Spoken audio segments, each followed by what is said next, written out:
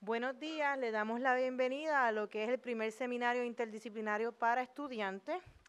La razón de ser de estos seminarios es exponer a los estudiantes a temas vinculados con ciertos cursos de humanidades que se circunscriben a lo que es la época de la Edad Media y el inicio de la época moderna, y que sean profesores mucho más relacionados con el tema los que le impartan la temática. Así que para el día de hoy estamos en orden cronológico, ¿verdad? Los próximos miércoles, el último miércoles de cada mes, tendremos un seminario.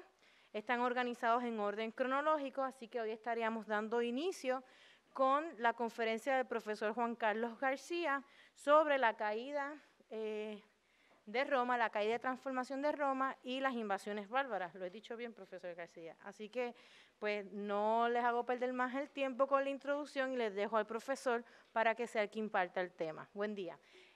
Vamos a estar también pasando asistencia en la parte de atrás y unas hojas para evaluar la actividad. Así que le agradecería al final de la actividad me las entreguen, me las podrían entregar a mí o a cualquier otro profesor que vean en la parte de atrás del anfiteatro. Muy buenos días a todos. Agradezco, ¿verdad?, la presencia de todos los alumnos del profesor Aurelio, de Marco Aurelio, de la profesora Sullivan, de Olmeda y pues claro, mis alumnos también. También quiero darle las gracias pues, al decanato de la facultad por darnos la oportunidad, al director de nuestro departamento, a Víctor Ruiz, también por el apoyo siempre, y su secretaria France. Pues como ven en pantalla, el tema que voy a impartir hoy va a ser sobre la caída o transformación de Roma. Vamos a ver qué es eso, ¿verdad? E intentar que les aporte a sus respectivas clases, sean de UMA 3014 o 3211 o entre alguna otra clase, ¿verdad? Que tenga una unidad pues similar. ¿Y qué es esto de caída o transformación de Roma? ¿Me escuchan, verdad? ¿Me escuchan bien? Ok, ¿qué es esto de caída o transformación de Roma? Bueno, estamos hablando, ¿verdad?, como fenómeno histórico del final de la civilización romana y al mismo tiempo del final de la Edad Antigua, dando paso al comienzo de la Edad Media. El final de la civilización romana, pues, es motivo de debate dentro de los estudios históricos, porque en gran medida los historiadores coinciden, los profesores académicos coinciden que se trata más bien de un invento, de la idea de caída del Imperio Romano como tal, es un invento. ¿Y quién fue el que se inventó esa idea de la caída? Ese historiador inglés que usted ve ahí en pantalla, Edward Gibbon. ¿Ve? Si se fijan, chequense esa cita, es una cita directa de su texto, si fueran a consultarlo, pues el título del texto es el que ve al final del todo, Historia de la decadencia y caída del Imperio Romano. Y chequense esa cita, dice de la siguiente manera: la historia de su ruina, ¿verdad?, refiriéndose a Roma, es simple y obvia. Y en lugar de preguntar por qué cayó el Imperio Romano, ¿verdad?, perdón el error, deberíamos sorprendernos que durara tanto tiempo.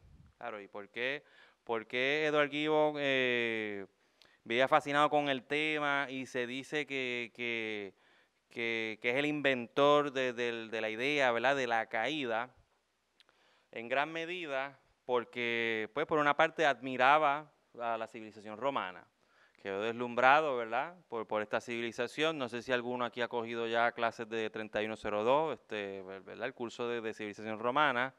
Y le llegaron a presentar en clase imágenes del foro, pero evidentemente lo que queda del foro pues son sus ruinas.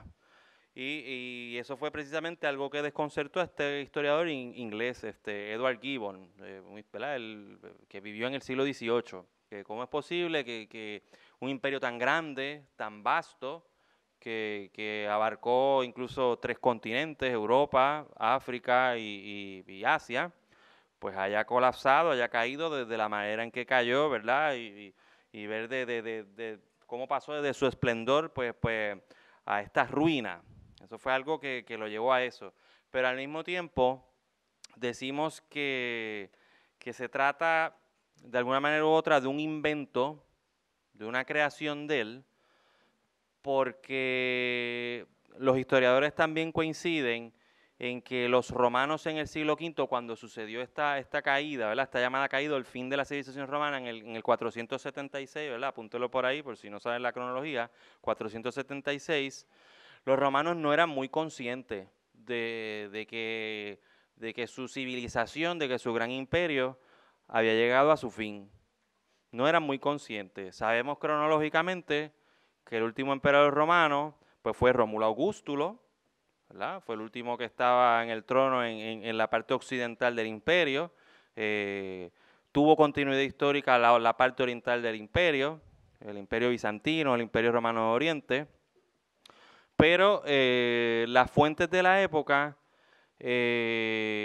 no parecen revelar que la sociedad romana haya estado del todo consciente, haya sido del todo consciente del final de la parte occidental. No es hasta prácticamente un siglo después, en el siglo VI, después de Cristo, que durante el imperio de Justiniano, pues hubo una especie de toma de conciencia, pero de la parte oriental, y un intento de reconquista de muchas de estas partes del occidente europeo, ¿verdad? De lo que sería el Imperio Romano de Occidente.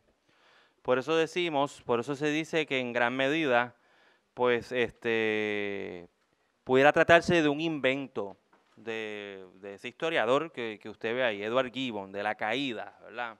La caída.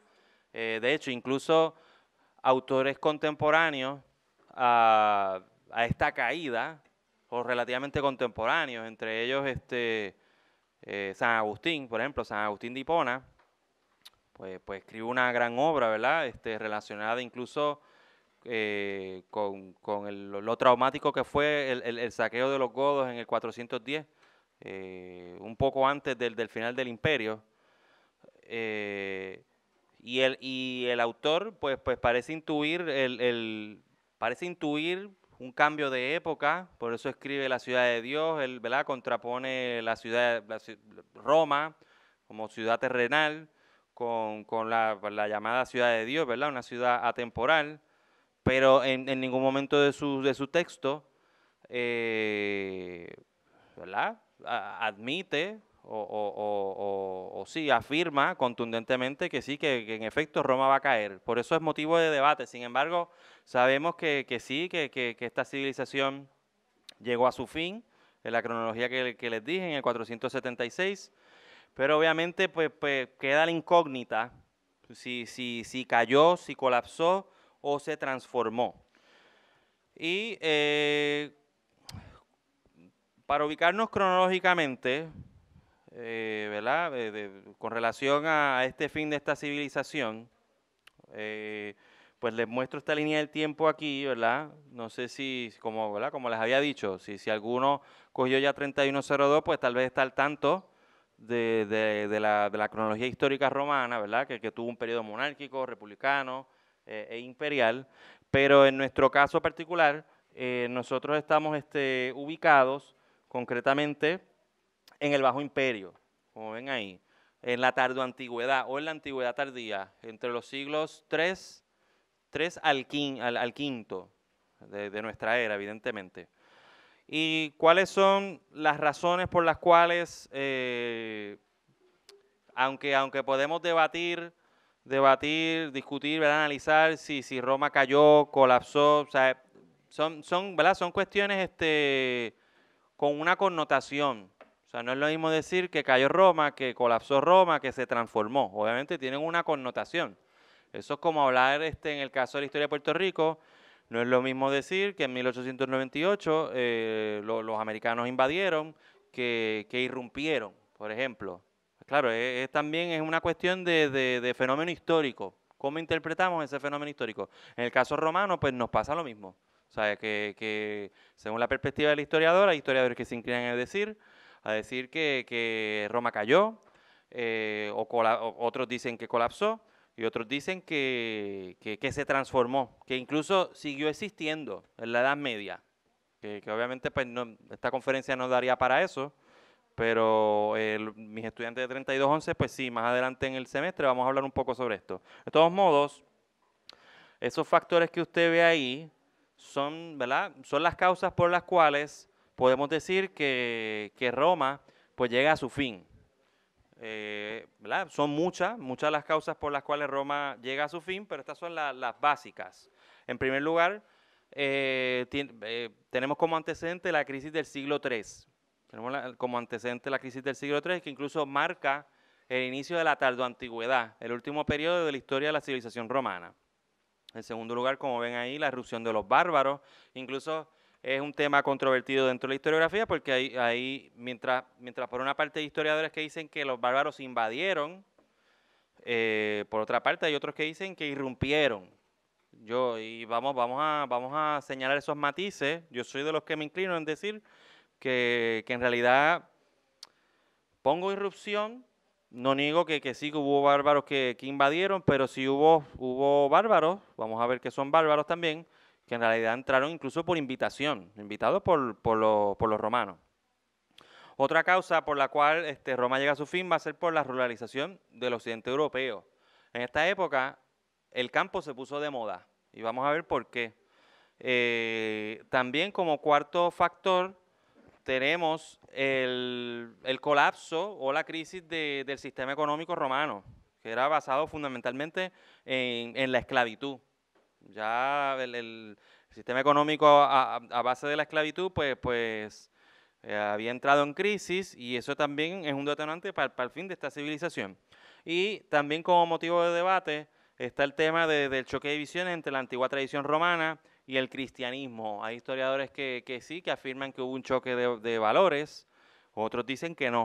O sea, que yo, ¿verdad? Yo solamente les presento características básicas y vamos a destripar un poco las mismas. Por ejemplo, la primera, la crisis del siglo III. ¿Por qué decimos que ocurrió una crisis del siglo III? Bueno, hay que tener en cuenta los reinados imperiales anteriores, los llamados 5 buenos emperadores, Nerva, Trajano, Adriano, Antonio Pío y Marco Aurelio.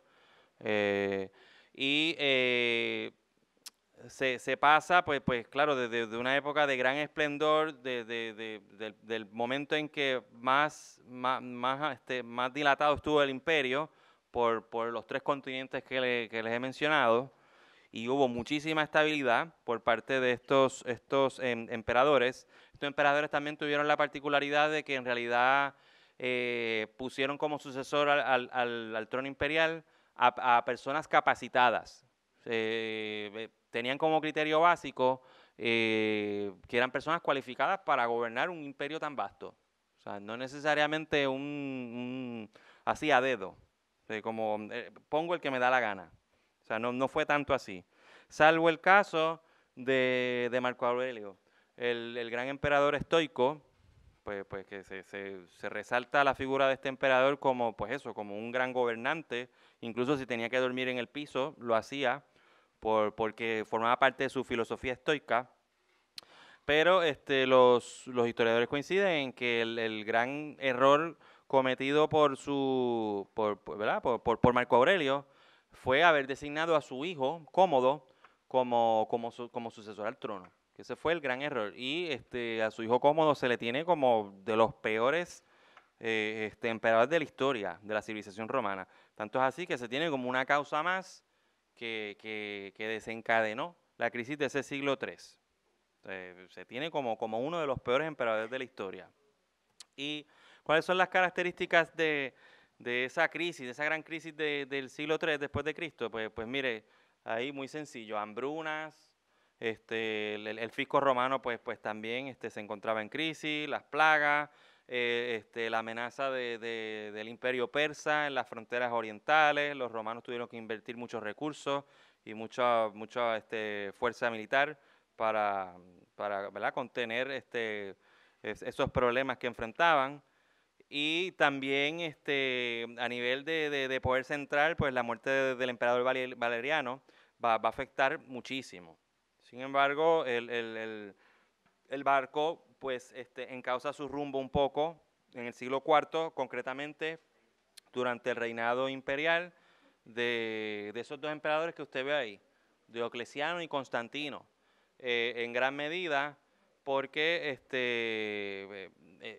implementaron reformas, trataron de que la administración del imperio fuera más eficaz, al punto de que, por ejemplo, a Diocleciano se le recuerda por haber creado a nivel jurisdiccional, ¿verdad?, el concepto de diócesis, que, como una, ¿verdad?, una jurisdicción territorial para la administración del poder romano, la diócesis, que a nivel civil no recuerdo algún caso, ¿verdad?, de algún país en el mundo que lo utilice, pero sí trasciende en la administración de la iglesia en general, ¿verdad? Y las diversas diócesis, sobre todo la iglesia romana.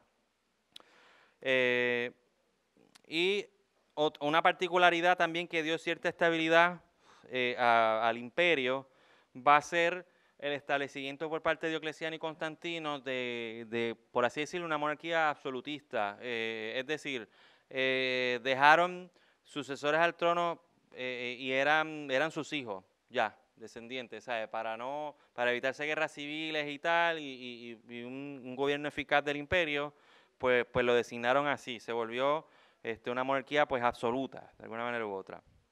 Y dentro de esa, miren el mapa, dentro de esas reformas, ¿verdad?, administrativas, también es cuando se establece la división entre el Imperio Romano de Occidente, ¿verdad?, que comprende lo que sería hoy en día España, Francia, Italia, el norte de África, y Oriente, que comprende pues lo que sería hoy en día Turquía, Grecia y parte de Medio Oriente. O sea, cuando decimos que cae el Imperio Romano en el 476, lo que cae sería la parte occidental, lo que sería pues Francia, Italia, España, el norte de África. La parte oriental o Bizancio, pues sí continúa funcionando y claro, se persigue a sí mismo como Roma hasta el 1453.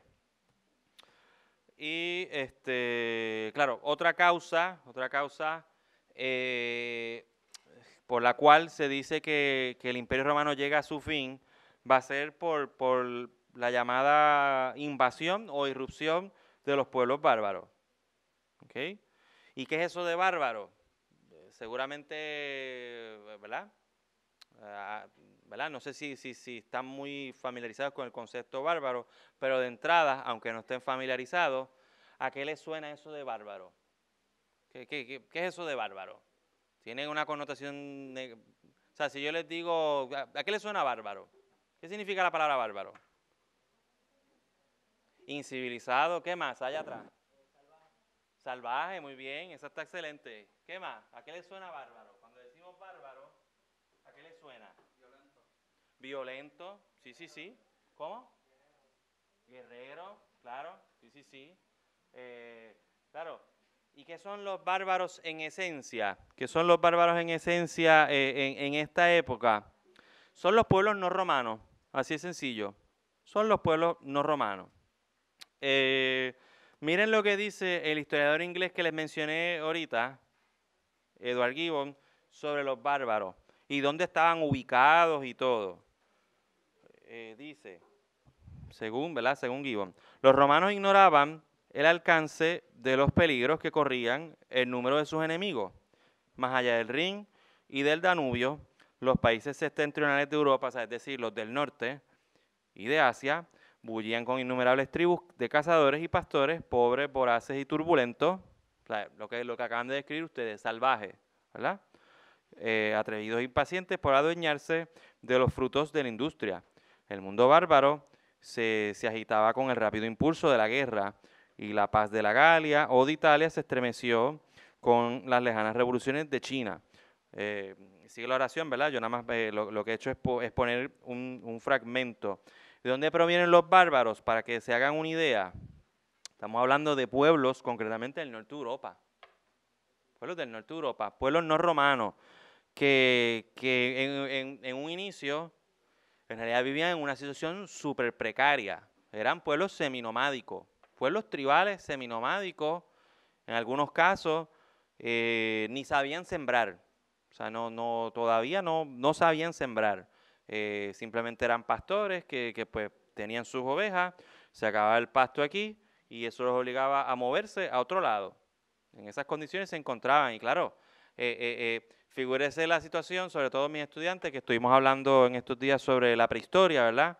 Y las distintas características de los grupos tribales que encontramos en la prehistoria, como eran, o sea, eran recolectores, eran cazadores, y que la vida era difícil, que se está acabando la edad antigua, y todavía había pueblos que vivían así, como si nada. Y entrada la Edad Media, vivían así como si nada, pero llega a sus oídos en muchos de estos casos que hay un imperio en el que hay una estabilidad brutal que obviamente les permitiría no vivir en la situación precaria en que ellos se encuentran. Eso también, ¿verdad? Por una parte explica por qué muchos de ellos quisieron entrar al Imperio Romano.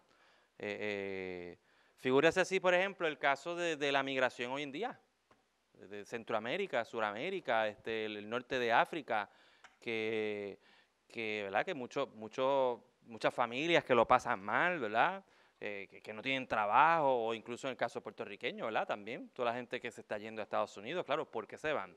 Buscando cierta estabilidad, mayores ingresos económicos, etcétera, etcétera. Pues, para que vean que no hay nada nuevo bajo el sol, podríamos decir que esa es una de las causas por las cuales también muchos de estos grupos humanos estaban en constante movimiento y deseaban entrar al Imperio Romano. Pues porque que la vida en el Imperio Romano era mucho mejor que la forma en que ellos estaban viviendo, ¿verdad? El estilo de vida que ellos estaban viviendo. Pero ¿por qué se les llama bárbaros? ¿Por qué se les llama bárbaros? ¿Sabes? ¿Y por qué esa connotación de salvajes e incivilizados y todo esto, ¿verdad? Miren la etimología ahí griega, bárbaro, ¿verdad? En su definición más básica, lo que significa es extranjero. Bárbarofonos, que habla una lengua extranjera, extraña o rudamente. Va a ser, en la antigua Grecia, el historiador Heródoto, cuando narra las guerras médicas, la guerra entre el mundo griego y los persas, el que va a darle esa connotación negativa de incivilizado, de inmoral, de salvaje, de violento, que incluso persiste al sol de hoy cuando nos viene a la mente la palabra bárbaro o la palabra vándalo, ¿verdad? Y lo que significa, que es un grupo, otro pueblo germánico del que estamos hablando. O sea, otra manera de llamar a los bárbaros es germánicos, pueblos germánicos. O sea, son sinónimos, como quien dice. Y claro, tal vez no conocen al pueblo vándalo, pero sí saben de vandalismo, que viene de esa connotación pues negativa, ¿verdad? Que se tiene sobre estos pueblos. Y cómo los distintos autores latinos veían estos pueblos, cómo los veían. Pues mire ahí, por ejemplo, le voy a presentar algunos casos, como Julio César, incluso mucho antes del final del imperio. Miren cómo Julio César, de Velo Gálico, en la Guerra de las Galias, describe a los distintos pueblos bárbaros que se encuentran en lo que sería hoy en día Francia. Miren lo que dice ahí. Dice, Galia es omni divisa, in partes tres, quorum una, in colum belgae, aliam aquitani, tertiam qui ipsorum lingua Celtae, nostra Gali appelantur. Y omnes lingua institutis legibus inter se diferunt. Ok, ¿verdad? Seguramente no entienden mucho, qué sé yo. Pero miren aquella palabra que está allí, Galia, ¿verdad? Dice Galia, ok, Galia pues está difícil. Pero miren esa que belgae, ¿a qué suena eso en español? Belga, claro, está hablando de un pueblo en el norte de Europa, los belgas. Miren esta otra que dice lingua Celtae. Lingua, ¿qué es eso? ¿Qué suena eso en español? Lingua. Lengua, claro, Celtae. ¿A qué suena eso en español? Celtae. Celta, claro, eso es otro pueblo, los celtas, de lengua celta. ¿De qué pueblo está hablando ahí concretamente? Los descendientes de los escoceses, de los irlandeses, de algunos habitantes del norte de España, en Galicia, incluso en Francia. Claro, Apelantur es en nuestra lengua, Galia Apelantur, son llamados galos en nuestra lengua, los celtas. Nada, los he mortificado un poquito porque en realidad también se las puse en español, pero miren la cita ahí, dice, la Galia está dividida en 3 partes. Una que habitaban los belgas, otra los aquitanos, la tercera los que en su lengua se llaman celtas y en la nuestra galos. Todos estos se diferencian entre sí en lenguaje, costumbre y leyes. O sea, otras palabras, Julio César va diciendo que estos pueblos, con respecto a nosotros, son otros. O sea, si los comparamos con nosotros, son otros. Son diferentes en cuanto a su lengua, es distinta, sus costumbres y sus leyes. Pero ojo, cuando él dice aquí leyes, poco tiene que ver con leyes escritas. Es como una redundancia de costumbre. O sea, eso es el derecho consuetudinario, eso es con la forma en que se comportan. Eso es todo. Es como una reiteración, pero no hay nada escrito, ¿verdad? Estos pueblos no dejaron restos escritos. Y mire más adelante cómo Julio César describe a lo que nosotros denominamos hoy en día a los británicos, a los ingleses. ¿Verdad? Mire cómo los describe en ese mismo texto. La parte interior de Bretaña es habitada de los naturales, originarios de la misma isla. No hacen sementeras. O sea, en otras palabras, ¿qué está diciendo? No saben sembrar. Sino que se mantienen de leche y carne. Y se visten de pieles. O sea, en la edad antigua, miren, ¿verdad? En la condición en que vivían determinados pueblos. Un ejemplo de ello, pues los británicos incluso, ¿verdad? Que conocemos hoy en día, pues que los llamamos los ingleses o los habitantes del Reino Unido. Dejan crecer el cabello, pelado todo el cuerpo, menos la cabeza y el bigote. Porque eso también va a ser un cliché acerca de cómo se representan los bárbaros en esta época. Son lampiños, pelo largo, incluso, mire, se pintan para hacerse más fieros en la batalla. Pero claro, Julio César no es el único que los describe. Mire la descripción de este otro pueblo, los pueblos godos. Estos son pueblos que se asentaron en lo que sería hoy en día Italia y en España, según este autor romano, Plinio el Viejo. Hay pueblos escitas, sinónimo de godos, que se alimentaban de carne humana. O sea, en otras palabras, está diciendo que los antepasados de los españoles, los italianos y de Europa del Este eran caníbales. Y eso es falsísimo, eso es un embuste. Eso no se lo cree nadie. Esos son tópicos, o sea, son clichés que se inventan incluso los autores de la época, que incluso como tal vez se hizo en la conquista de América, que se dice que los caribes eran caníbales y no hay ningún estudio arqueológico ¿verdad? Que demuestre que los caribes eran caníbales. Eso es falsísimo. O sea, y volvemos, no hay nada nuevo bajo el sol. Incluso los romanos lo hacían, que se alimentan de carne humana. Miren esta otra descripción que hace, ¿verdad? Los escitas, los godos, prefieren utilizar a las hembras en la guerra porque orinar no les impide correr. Claro, porque andan por ahí, pues se sale el chorro y siguen peleando. O sea, y eso es útil, que el hombre tal vez tiene que parar y pues echar un piso, ¿verdad? Y claro, mire el otro, los escitas, los godos impregnan sus flechas con baba de serpiente. O sea, eran tan salvajes, tan fieros que mira lo que hacían para atacar al enemigo. O sea, envenenaban las flechas con baba de serpiente y con sangre humana.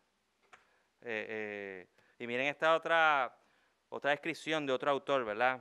Esta es la penúltima que presento. Bueno, no lo voy a leer todo, pero ¿qué dice Jordán, este autor? Que él fue godo, pero no necesariamente contemporáneo con el fin de la civilización romana. Vivió un siglo después, el siglo VI. Dice que el origen de los godos, de este pueblo del que estamos hablando ahora, era de la isla de Escandía o de Escandia. ¿Dónde es eso? Lo que sería hoy en día Escandinavia.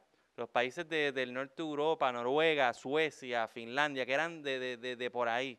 Yo no sé si saben cómo es la vida en esos países nórdicos. son países súper desarrollados, o sea, son países con salud universal, con tasa de desempleo de 2%, Ave María, o sea, seguramente un modo de vida envidiable, pero al mismo tiempo son países en los que la tasa de suicidio está por las nubes. Son muchas las razones por las cuales la tasa de suicidio está por las nubes en esos países, pero yo, por ejemplo, en estudios graduados conocí personalmente una noruega que nos decía que la familia todos los años para Navidad se regalaba un pasaje para Islas Canarias, que es tropical, parecido así como Puerto Rico, porque pues el frío allá era un frío que pelaba y solamente había 5 horas de luz. 5 horas de luz y 21 horas, no, y 19 horas de noche. Del mismo modo en el verano. En los veranos allá son larguísimos. 19 horas de luz y claro, el resto de horas, pues, noche. O sea, muy poca noche. O sea, y también nos comentaba que la tasa de depresión allá, a pesar de que es un país súper desarrollado, pues anda por las nubes. Pues, y en parte tiene que ver un poco el clima, a diferencia de nuestro caso, o sea que tenemos horas bastante constantes y pues y tal, ¿verdad? Es más agradable el clima en ese sentido. Miren esta otra descripción que hace de los godos este autor. Este autor sí fue contemporáneo con los pueblos bárbaros y sobre todo con el saqueo de Roma en el 410. Y por qué también hay historiadores que dicen que sí, que en efecto Roma cayó. ¿Por qué? Miren, por ejemplo, lo que nos dice este autor contemporáneo, Pablo Orosio. Dice, al frente del pueblo godo se encontraba entonces Ataulfo, el cual tras el saqueo de Roma y la muerte de Alarico, había sucedido a este en el trono. Él en un primer momento había deseado ardientemente que todo el imperio romano, borrado incluso el nombre de romano, fuese hecho y de nombre solo de los godos. O sea que según este autor, Pablo Orosio, los godos, este pueblo bárbaro, sí tenían la intención de que Roma llegara a su fin, de provocar su caída. Pero miren lo que dice después, prefirió buscar su gloria a Ataulfo, ¿verdad? Refiriéndose a ese rey godo, prefirió buscar su gloria mediante la recuperación total y el engrandecimiento del imperio romano. O sea, que miren cómo por una parte este autor dice, pues sí, parece que en un primer intento estos reyes, Alarico y Ataulfo, que fueron los responsables del saqueo de Roma en el 410, querían provocar la caída de esta civilización. Pero luego pasó todo lo contrario. Luego prefirieron buscar su gloria mediante la recuperación total y el engrandecimiento del imperio romano. Por eso hay otros historiadores que dicen, no necesariamente Roma cae. O sea, no necesariamente Roma cae. Y lo que pasa es, volvemos a la cita de Edward Gibbon, miren esto, y esto ya aquí señalamos la relevancia con nuestra realidad actual, incluso como, ¿verdad? No solo como puertorriqueños, sino como latinos. Miren la cita nuevamente, ¿verdad? ¿Verdad? Él decía, Edward Gibbon dice, ¿verdad? La historia de su ruina, de Roma, es simple y obvia, o sea, que se tardó demasiado tiempo, ¿verdad? Y dice por otra parte, otra cita que quería presentarle, ¿verdad? Que ya les había presentado, volvemos a leerla. Dice, los romanos ignoraban el alcance de los peligros que corrían el número de sus enemigos, más allá del Rin y del Danubio, los países septentrionales de Europa. Hablando de los bárbaros que vienen del norte de Europa. Volvamos al mapa. ¿De qué, ¿verdad? ¿Dónde estaban ubicados? Valga la redundancia, porque estamos diciendo que del norte, pero mírenlo ustedes directamente. Déjame ver, ¿dónde está? Aquí, ok. Aquí cuando si nos ubicamos geográficamente, según lo que dice Gibbon, estamos hablando concretamente del norte de Europa. O sea, ¿verdad? Valga la redundancia, claro. Sí, obviamente él está diciendo el norte de Europa, pero ¿qué implica incluso para nosotros eso?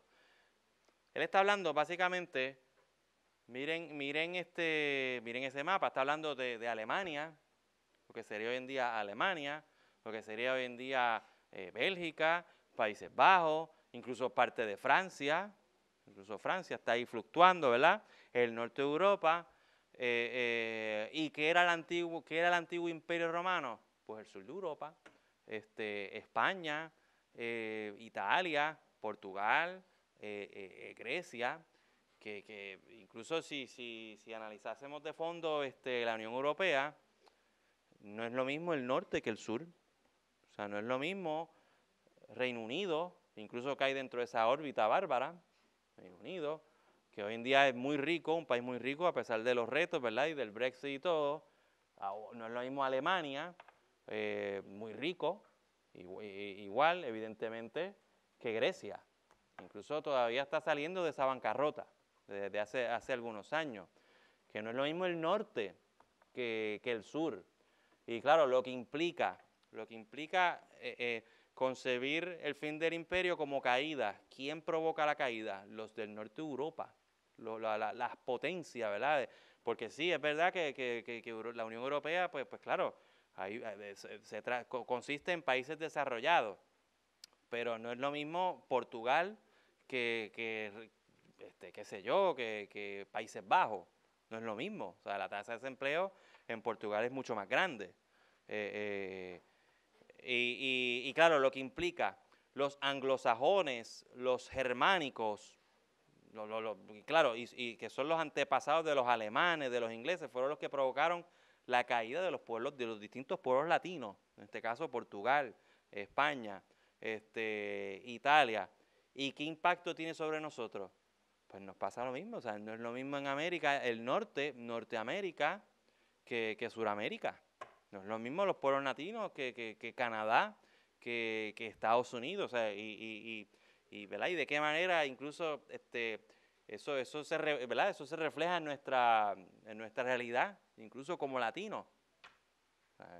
Que en nuestro caso, ¿verdad? Es particular porque pues, Puerto Rico como una nación latina más, pero obviamente con el tema de la ciudadanía, pero claro, eso ya es otro tema, ¿verdad? Pero para que vean incluso como un proceso histórico que nos puede parecer distante, como que qué tiene que ver la caída de Roma, el fin de Roma con mi realidad. Bueno, el norte no es igual que el sur, cuando vienes a ver. O sea, incluso lo experimentamos, lo presenciamos en América. Por eso usamos la terminología del sur global, del norte y sur global. Claro. Es un callback a todo eso. Claro, sí. Incluso este final del Imperio Romano nos sirve de telón de fondo para darle más sentido a nuestra realidad como latinos, ¿verdad?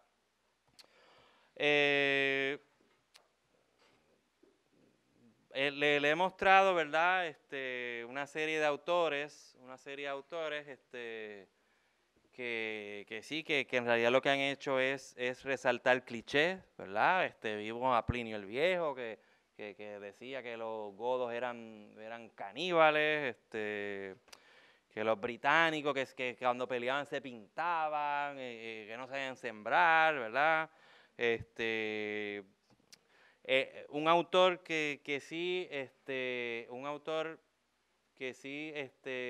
rompe un poco con ese cliché, un poco con ese cliché, va a ser San Agustín de Hipona, en gran medida porque una de las razones, ¿verdad? Una causa más por la cual decimos que Roma pues llega a su fin, va a ser por ese factor número 5 ahí, ¿verdad? Choque de visión entre la antigua tradición romana y el cristianismo. Y esto, ¿verdad? Hay mucha tela por donde cortar. Incluso ahí el mismo Edward Gibbon decía que el cristianismo es culpable directo de la caída del Imperio Romano. Lo dice así. Y parece ser que cuando, miren estas cronologías, ¿verdad? Cronología sobre los bárbaros, el 410, el saqueo de Roma. Ese saqueo de Roma va a ser trascendental en la historia del Imperio Romano, porque claro, ocurre 8 siglos después de también un gran saqueo llevado a cabo por pueblos bárbaros en la misma ciudad eterna. O sea, los galos, los llamados galos, o que pudiéramos llamar también los celtas. Se trata de un suceso muy traumático para los romanos. Por así decirlo, es como decir la destrucción de las Torres Gemelas por parte de los americanos el 11 de septiembre, ¿verdad? tal vez usted o habían nacido o ni habían nacido, pero claro, cuando yo me encontraba en cuarto año, cuando yo me enteré de eso en escuela superior, y nos llevaron a un salón de actos y nos pusieron ahí en directo la noticia, el avión estrellándose, y eso fue súper dramático para la sociedad norteamericana, ¿verdad? Y tal, y obviamente uno pues adolescente también, o sea, fue sorprendente.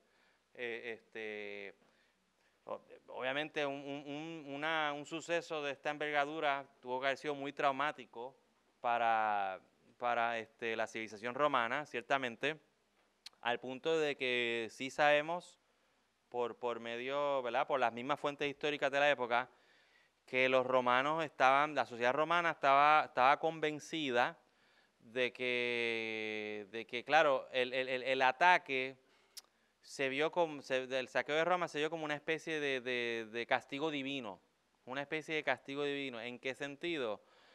Porque los romanos veían les daba la sensación que el saqueo se debía a que habían abandonado el antiguo culto romano, de que hace muchos años, pues, esto no empezó en ese momento o 5 años antes, esto ya empezaba hace siglos, y parece que había quedado esa sensación en el saqueo romano, en el saqueo de Roma, había quedado esa sensación de que habría sido como una especie de castigo divino por ellos tal vez abandonar de alguna manera u otra, ¿verdad?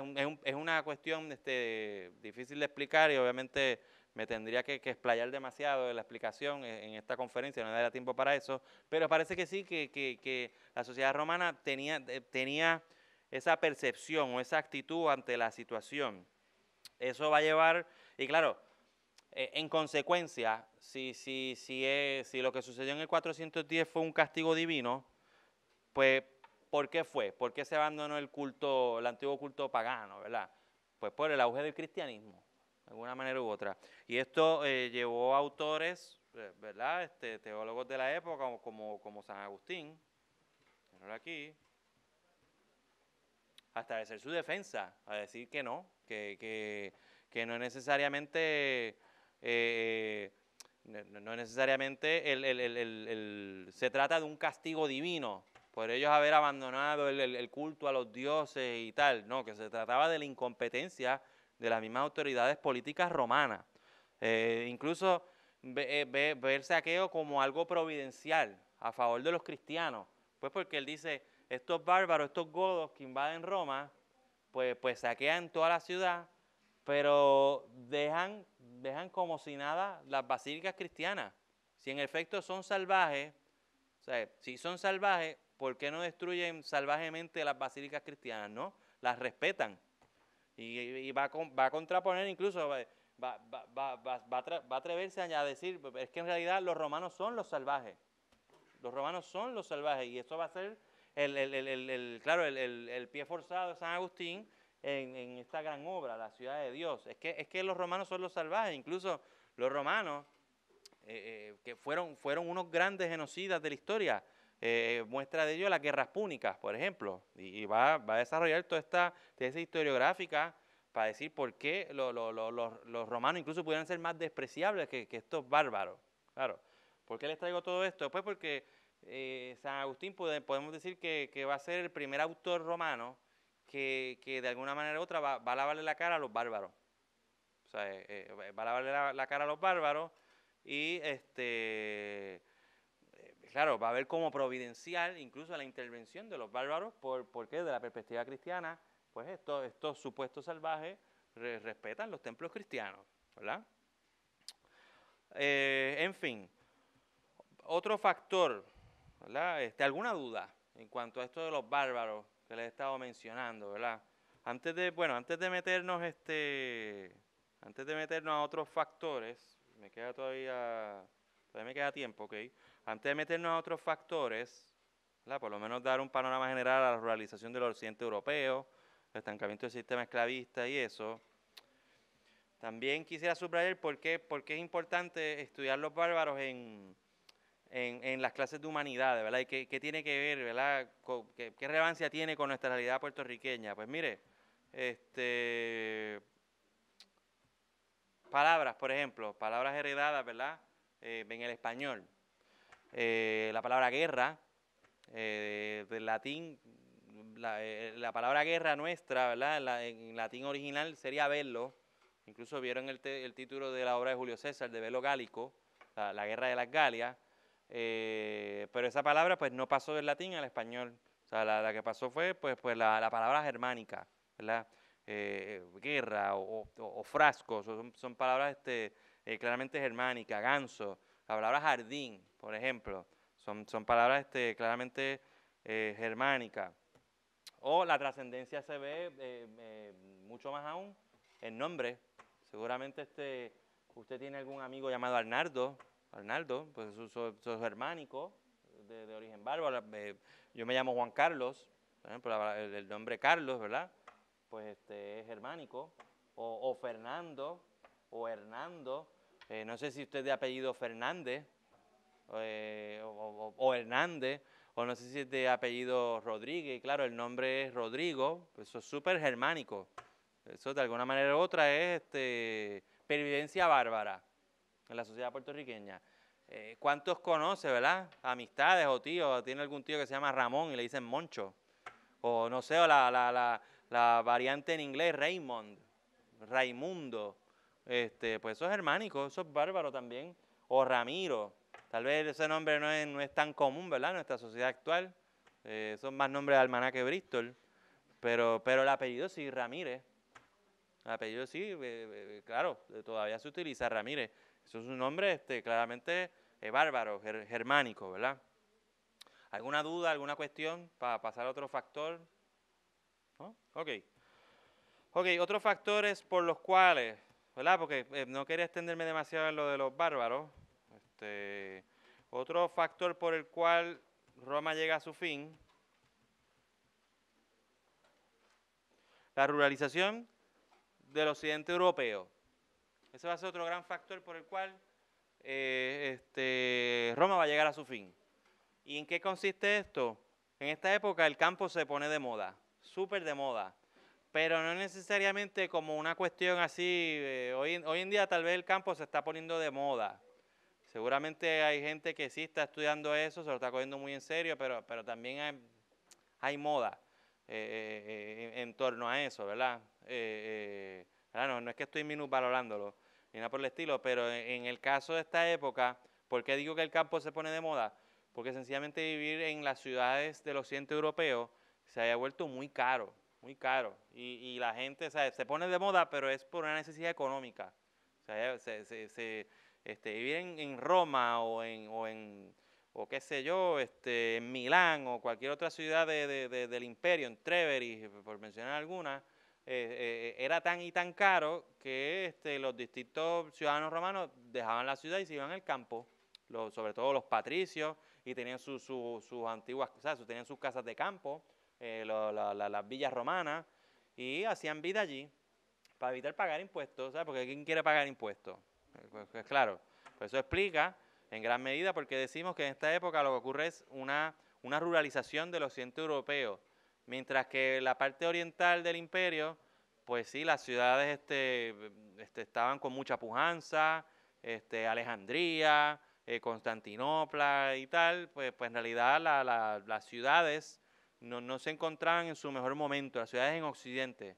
Y esto dio paso, pues sí, al auge del campo, ¿verdad? Que va a ser el paisaje por excelencia en la Edad Media, el campo, incluso va a ser el motor económico de la Edad Media, el feudalismo. Eso va a ser en gran medida.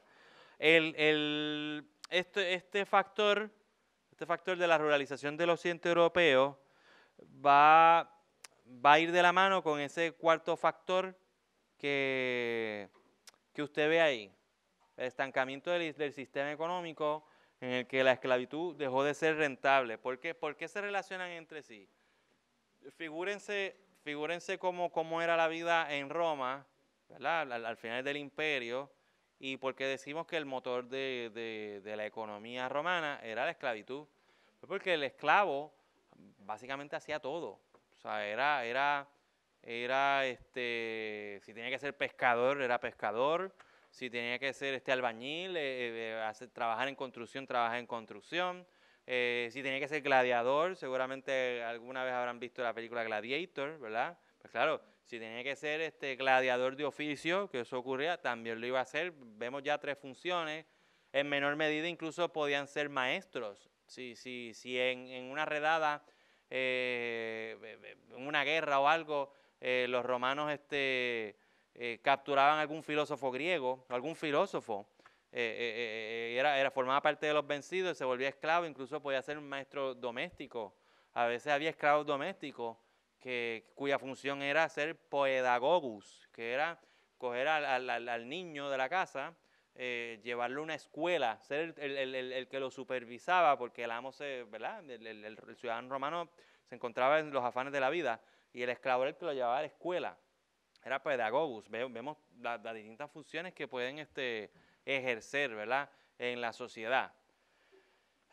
Funciones que van a desaparecer poco a poco con el auge del campo en el occidente europeo, pues porque si tú tienes, si en realidad el paisaje ahora se va a volver rural, ¿qué sentido en el campo va a tener que un patricio romano tenga un gladiador?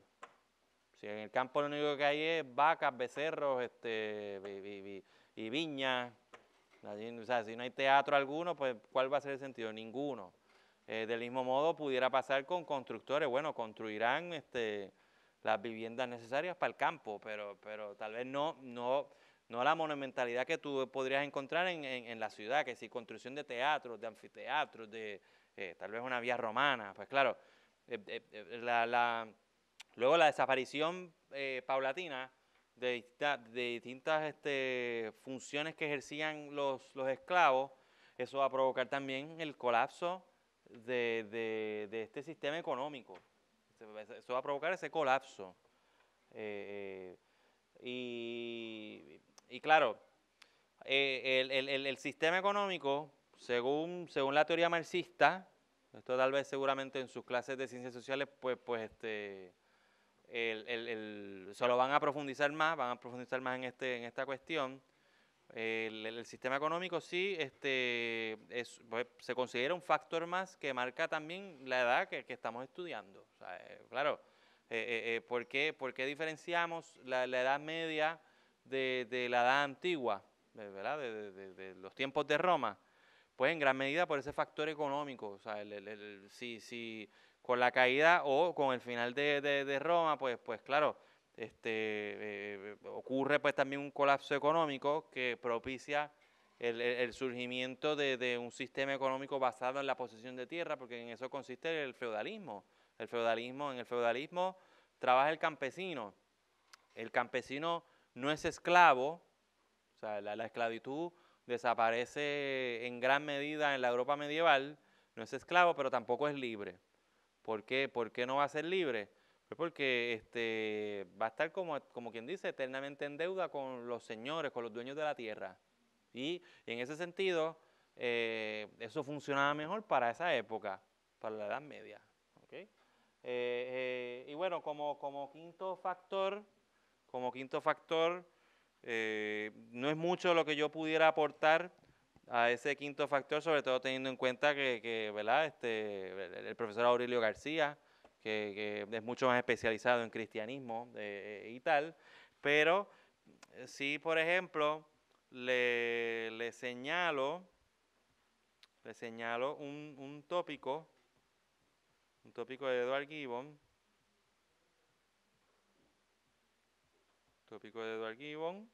o sea, ¿por qué decimos que hay un choque de valores entre la antigua tradición romana y el cristianismo?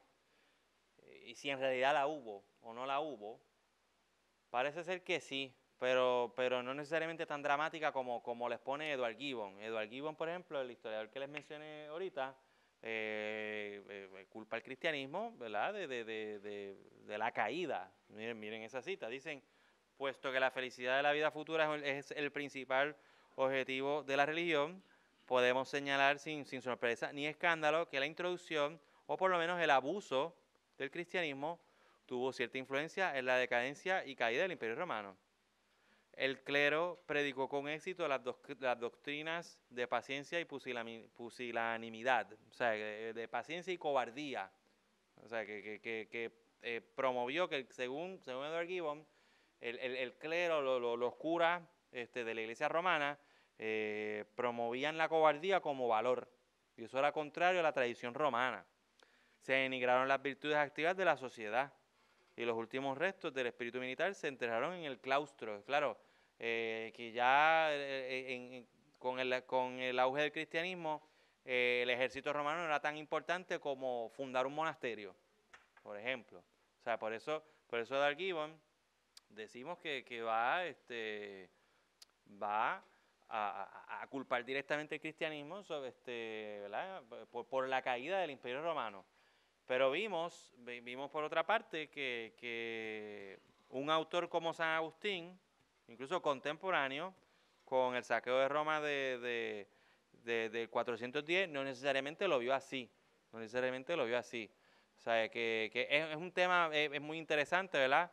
Pero es motivo de debate porque obviamente entre los historiadores pues no nos ponemos de acuerdo. Hay historiadores que van a decir que sí, que ocurre un choque de valores. Que eso está clarísimo, que hay un choque de valores entre la antigua tradición romana y el cristianismo. Incluso va a haber otros historiadores que van a decir, no, es que el cristianismo es culpable directo. Lo que sí está claro, ¿verdad? Y yo como profesor, pues sí le señalo a ustedes, es que eso sí fue real. Hay un choque de visión entre la antigua tradición romana y el cristianismo. ¿Y por qué decimos que hay un choque de valores? ¿Por qué lo decimos? Bueno, lo decimos en gran medida, mírelo aquí, déjame ver aquí un momentito.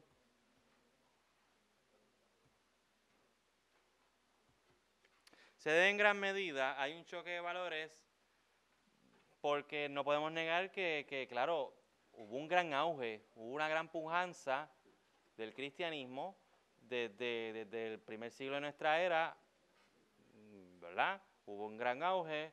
Luego resulta que si por una parte yo les dije que el siglo III después de Cristo pues es el gran siglo de crisis de la civilización romana, o sea, si por una parte eso es un siglo problemático para la civilización romana, esto va a ser un siglo de mucha oportunidad, de mucho auge para el cristianismo, a pesar de las persecuciones que enfrentaban por parte de los emperadores romanos. Porque claro, ¿por qué decimos que va a ser un gran siglo de oportunidad para el cristianismo? Pues porque ante la crisis va a ser muy atractivo el mensaje de salvación del cristianismo. O sea, el mensaje de salvación del cristianismo en ese sentido fue mucho más atrayente. O sea, claro, ¿cómo no va a ser atrayente? Pues mira, pues si crees en Jesús, pues existe la vida después de la muerte y en esa vida después de la muerte te puedes ganar la salvación o te puedes ganar una paz que no has obtenido en esta crisis que estás viviendo en el siglo III. O sea, por eso, a pesar de las persecuciones cristianas ¿verdad? A lo largo del siglo I, sobre todo en ese siglo III también, el auge, o sea, se va a explicar por el mismo mensaje de salvación. O sea, eso va a explicar por qué va a calar tanto en la sociedad romana.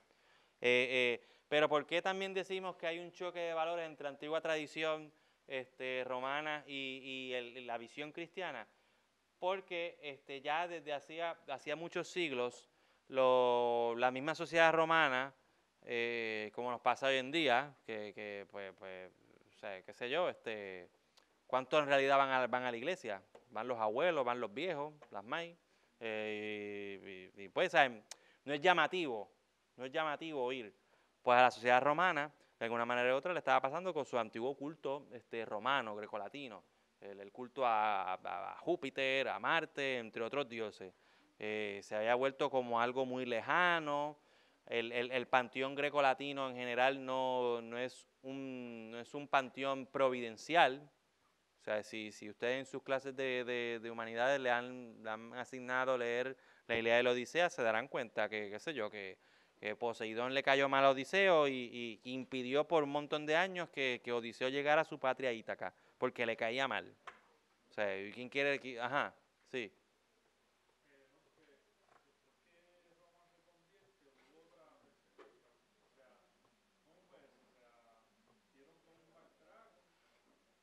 Ahí, me parece que sí, sí. Juliano, después de Constantino, eh, él no era cristiano, no le importaba el tema y intentó pues revivir el antiguo culto romano, pero fue infructuoso y su reinado fue breve y al final pues luego más adelante en la historia, sí, Es que aquí estamos bregando con un periodo de tiempo en el que se ha establecido la tolerancia religiosa en Roma, después del Edicto sí, de Milán sí, en el 313, pero todavía no se ha oficializado el cristianismo como la religión del imperio. claro, Así que todavía hay un poco de back and forth civil, ¿verdad? Hay una zona gris donde pues se está convirtiendo bien popular el cristianismo, pero todavía pero, hay algunos miembros de la élite que quieren mantener el culto a la tradición religiosa romana como tal. No es sino hasta el 380 que Teodosio el Grande con el edicto de Tesalónica oficializa el claro. cristianismo como la religión que se debe seguir necesariamente dentro del imperio. Claro, para los efectos de esas primeras persecuciones, Nerón, Domiciano y eso, el cristianismo era ilegal, era una religión ilegal, no fue hasta Constantino en el 313, por el edicto de Milán, que sí se legaliza, como quien dice, ya no estaba prohibido practicar la religión públicamente. Y como dijo el compañero, pues ya con Teodosio incluso se vuelve la religión oficial. Aquí es que aquí podemos decir que se acentúa ese choque de valores. Cuando Teodosio vuelve el cristianismo a la religión oficial, pues claro, eso implica ya dejar atrás la antigua tradición romana, y eso va a explicar por qué esa percepción en el 410 del saqueo de Roma, ¿verdad? Por parte de la sociedad romana. A rayo, es que como hemos dejado atrás nuestra antigua tradición, pues esto nos pasa, bueno que nos pase, como quien dice. Y eso va a llevar a San Agustín a escribir la ciudad de Dios, por así decirlo, ¿verdad? Ya con esto voy acabando, ¿verdad? El final de Roma, pues no nos cabe duda que el 476, pues sí, claro, es un año, ¿verdad? Clave dentro del final de esta civilización, pues porque fue cuando se depone del trono al último emperador de Occidente, Rómulo Augustulo.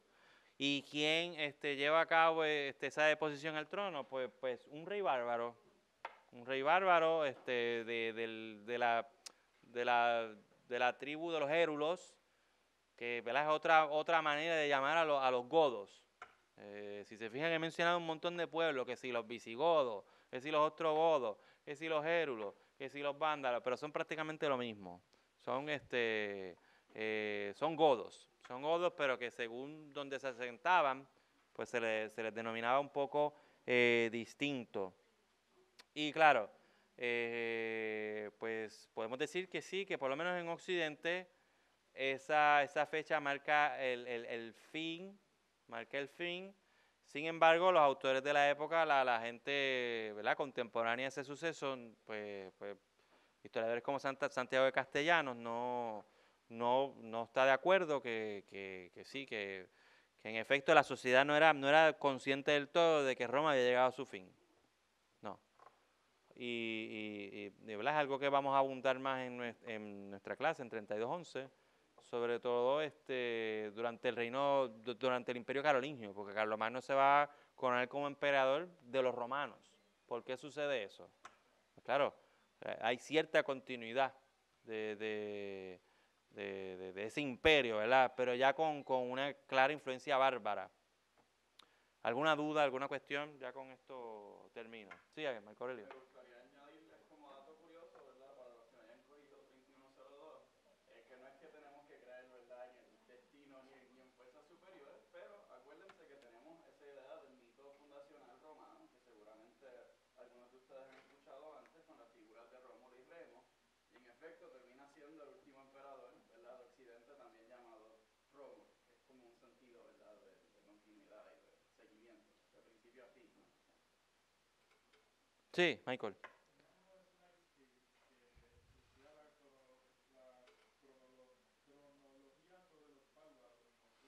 Ah, sí, sí, sí. Le doy para atrás. Ok, seguramente fue este. Sí, claro. La fecha clave aquí, el 410, el saqueo de Roma. Luego en el 425, que los visigodos, otro pueblo, ¿verdad?